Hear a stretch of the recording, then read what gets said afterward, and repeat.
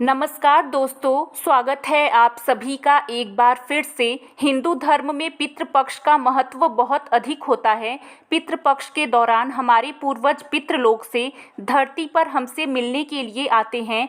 हमारे द्वारा उनके लिए किए जाने वाले श्राद्ध तथा तर्पण, दान आदि कार्यों से वह संतुष्ट होकर हमें आशीर्वाद प्रदान करते हैं। प्रतिवर्ष पितृपक्ष भाद्रपद मास के शुक्ल पक्ष की पूर्णिमा तिथि से प्रारंभ होते हैं और आश्विन मास की अमावस्या को इनकी समाप्ति होती है। इसे सर्व पितृ अमावस्या कहा जाता है। पितृपक्ष के दिनों में मनुष्यों को पितरों की संतुष्टि के लिए श्राद्ध कर्म तथा दान करने चाहिए। श्री कृष्ण कहते हैं, जिस मनुष्य को उसके पितरों का आशीर्वाद प्राप्त होता है उसके कुल का गौरव सदैव ही बढ़ता है। ऐसा मनुष्य कभी दरिद्र नहीं रहता है। इस साल पितृपक्ष 29 सितंबर शुक्रवार के दिन प्रारंभ हो रहा है और 14 अक्टूबर के दिन पितृपक्ष का समापन होगा।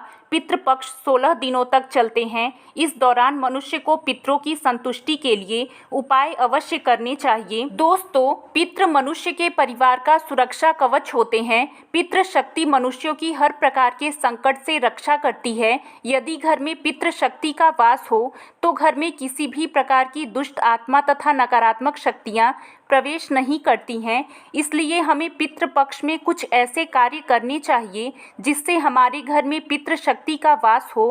पितरों को प्रसन्न करने के लिए गरुड़ पुराण में भगवान श्री कृष्ण ने बहुत ही महत्वपूर्ण उपाय बताए हैं। भगवान श्री कृष्ण के अनुसार पितरों की संतुष्टि के लिए सर्वोत्तम उपाय है दान करना, और दान में भी सर्वोत्तम होता है तिल का दान करना। जो भी मनुष्य पितृपक्ष में पितरों के लिए तिल का दान करता है उसके सभी पापों और दुखों का नाश हो जाता है।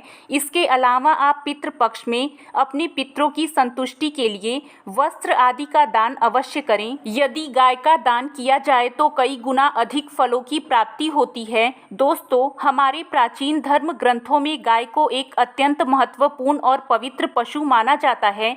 शास्त्रों में गाय को माता कहा गया है। गौ माता के शरीर में 33 कोटि देवी देवताओं का निवास होता है। गाय एक अत्यंत पवित्र, निर्मल, शांत, निष्पाप जीव है।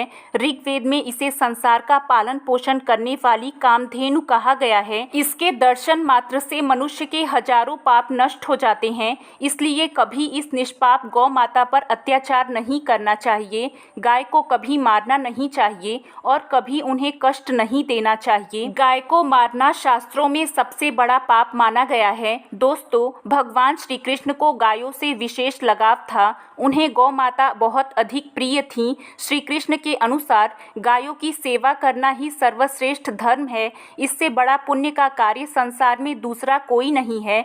कलयुग की भविष्यवाणी करते हुए भगवान श्री कृष्ण कहते हैं कि कलयुग में जब धर्म लुप्त हो जाएगा तब मनुष्य गाय की सेवा नहीं करेंगे। मनुष्य केवल दूध के लिए ही गाय को पालेंगे, दूध के लिए गाय को बहुत कष्ट देंगे, जिसके परिणाम स्वरूप कलयुग में पाप और धर्म उसके चरम पर होगा।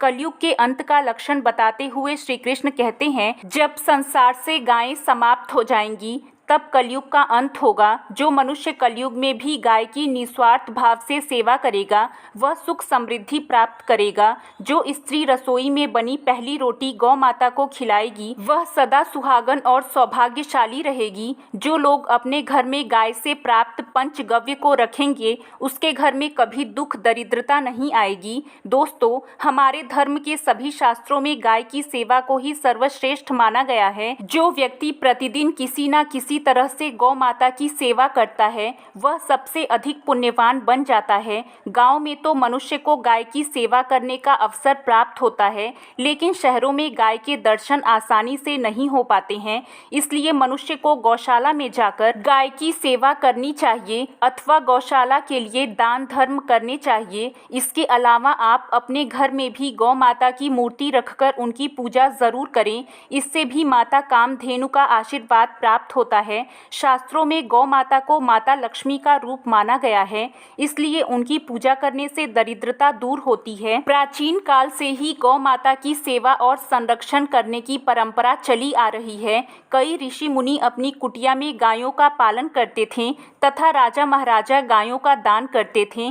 गायों के दान को सबसे बड़ा दान कहा गया है। गाय का दान करने से सभी जन्मों के पाप नष्ट हो जाते हैं और मनुष्य को मोक्ष की प्राप्ति होती है। आज हम आपको गौ माता के संबंध में बहुत ही महत्वपूर्ण बातें बताने जा रहे हैं कि गाय की पूजा कैसे करनी चाहिए, गाय को कौन सी चीज़ खिलाने से कौन सा फल मिलता है तथा गाय के किस अंग को स्पर्श करने से दरिद्रता दूर होती है। इसके बारे में हमारे शास्त्रों में बहुत ही महत्वपूर्ण ज्ञान दिया गया है। हमारी अत्यंत पूजनीय गौ माता के बारे में आप सभी को यह बात अवश्य जाननी चाहिए। आपके जीवन से सभी प्रकार के कष्ट दूर हो जाएंगे। दोस्तों, कई बार महिलाएं जाने अनजाने में गाय को कुछ चीज़ें खिला देती हैं जिससे माँ लक्ष्मी क्रोधित हो जाती हैं। शास्त्रों में कहा गया है कि ये चीज़ें गाय को कभी नहीं खिलानी चाहिए। इससे मनुष्य के जीवन में दुर्भाग्य आता है और उसे किसी भी कार्य में सफलता नहीं मिलती है। तो चलिए जानते हैं गौ माता के विषय में महत्वपूर्ण नियम।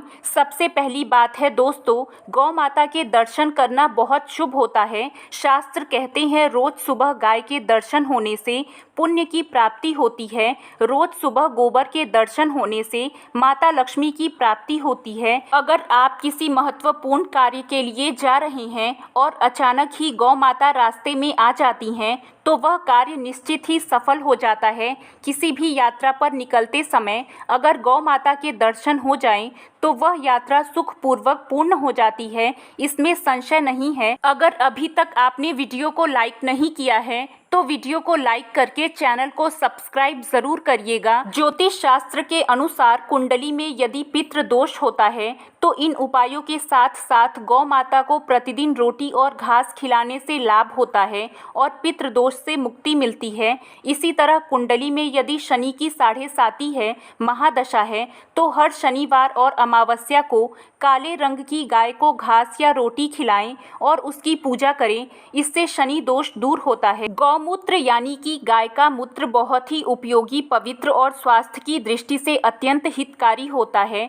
आध्यात्मिक दृष्टि से तो गौमूत्र का महत्व है ही, साथ ही वैज्ञानिक और स्वास्थ्य की दृष्टि से भी गौमूत्र के बहुत से लाभ बताए गए हैं। गौमूत्र में बहुत से खनिज पदार्थ और स्वास्थ्यवर्धक तत्व होते हैं जो हमारे शरीर को शुद्ध करते हैं और बहुत से रोगों से भी बचाते हैं। साथ ही गौमूत्र छिड़कने से वातावरण में शुद्धता और पवित्रता हो जाती है। इसलिए हमारे शास्त्रों में शरीर को निरोगी रखने के लिए प्रतिदिन गौमूत्र का सेवन करने तथा घर में गौमूत्र छिड़कने के लिए कहा गया है। कुंडली में शुक्र ग्रह की स्थिति को मजबूत करने के लिए ज्योतिष शास्त्र के अनुसार सुबह के भोजन में सबसे पहली रोटी निकालकर एक सफ़ेद गाय को खिलाना शुभ होता है। अगर आपकी कुंडली में बुध ग्रह कमज़ोर है या आपको इसके कारण दुष्प्रभाव झेलना पड़ रहा है तो हर बुधवार के दिन गाय को हरा चारा खिलाना शुरू कर दें।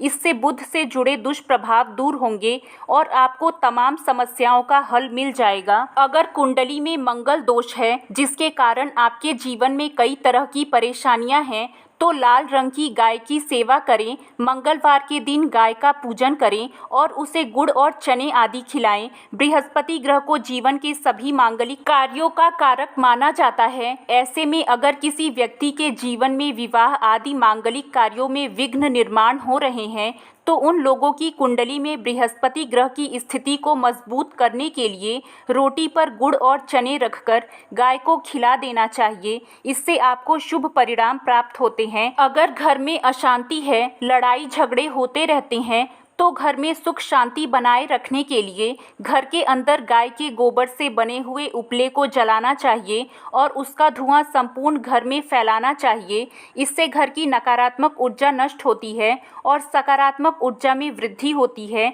गाय के दूध, दही, घी, गोबर और गौमूत्र से बनने वाले मिश्रण को पंचगव्य कहते हैं। पंचगव्य को पाप नाशक कहा जाता है और हिंदुओं की धार्मिक विधि प्रायश्चित करने में इसका उपयोग किया जाता है।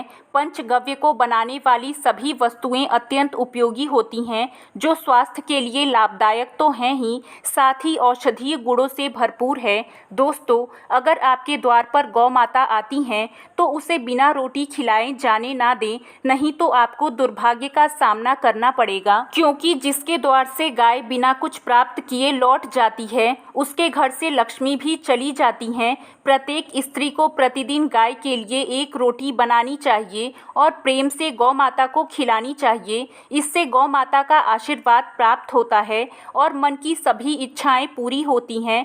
कुछ लोग गौ माता को बासी भोजन अथवा जूठन खिला देते हैं। इसे शास्त्रों में पाप माना गया है। गाय एक शाकाहारी और पवित्र पशु है, इसलिए गाय के भोजन में कभी भी मांस, अंडे आदि चीजें नहीं डालनी चाहिए। ऐसा करने से पाप लगता है। यदि आपकी कुंडली में चंद्र दोष है और जिसके कारण लगातार परेशानी उठानी पड़ रही है, तो आप यह एक उपाय ज़रूर करें। सफ़ेद मक्खन, नमक और घी लगाकर गौ माता को खिला दें। यदि शनि दोष है तो आटे में थोड़े काले तिल मिलाकर रोटी बनाकर गौ माता को खिला दें। इससे शनि दोष समाप्त होता है। मंगल दोष को दूर करने के लिए रोटी पर हल्दी लगाकर गाय को खिलाना चाहिए। अगर घर में धन की समस्या है तो गुरुवार के दिन गाय को केले का फल खिलाना चाहिए। इससे दरिद्रता दूर होती है। दोस्तों, गौ माता के पीठ पर एक उभरा हुआ कुबड़ होता है। उस कुबड़ में सूर्य केतु होते हैं। जब भी आपके द्वार पर गौ माता पधारे तो आप इस कुबड़ को एक बार जरूर स्पर्श करें। इससे आपके जीवन से सभी दुखों का अंत होगा और धन संपत्ति की प्राप्ति होगी। शास्त्रों में कहा गया है, जो मनुष्य तन मन धन से गौ माता की सेवा करता है, वह मृत्यु के बाद वैतरणी नदी को गौ माता की पूंछ पकड़कर पार कर लेता है। उस व्यक्ति की अकाल मृत्यु नहीं होती है और उसे मोक्ष की प्राप्ति होती है। तो दोस्तों, इस प्रकार से आप सभी पितृपक्ष में गौ माता की सेवा अवश्य करें। उम्मीद है आपको ये जानकारी पसंद आई होगी। वीडियो अच्छा लगा हो तो वीडियो को लाइक करें, अपने दोस्तों के साथ शेयर करें और भी ऐसे वीडियो देखने के लिए चैनल को सब्सक्राइब ज़रूर करें। धन्यवाद।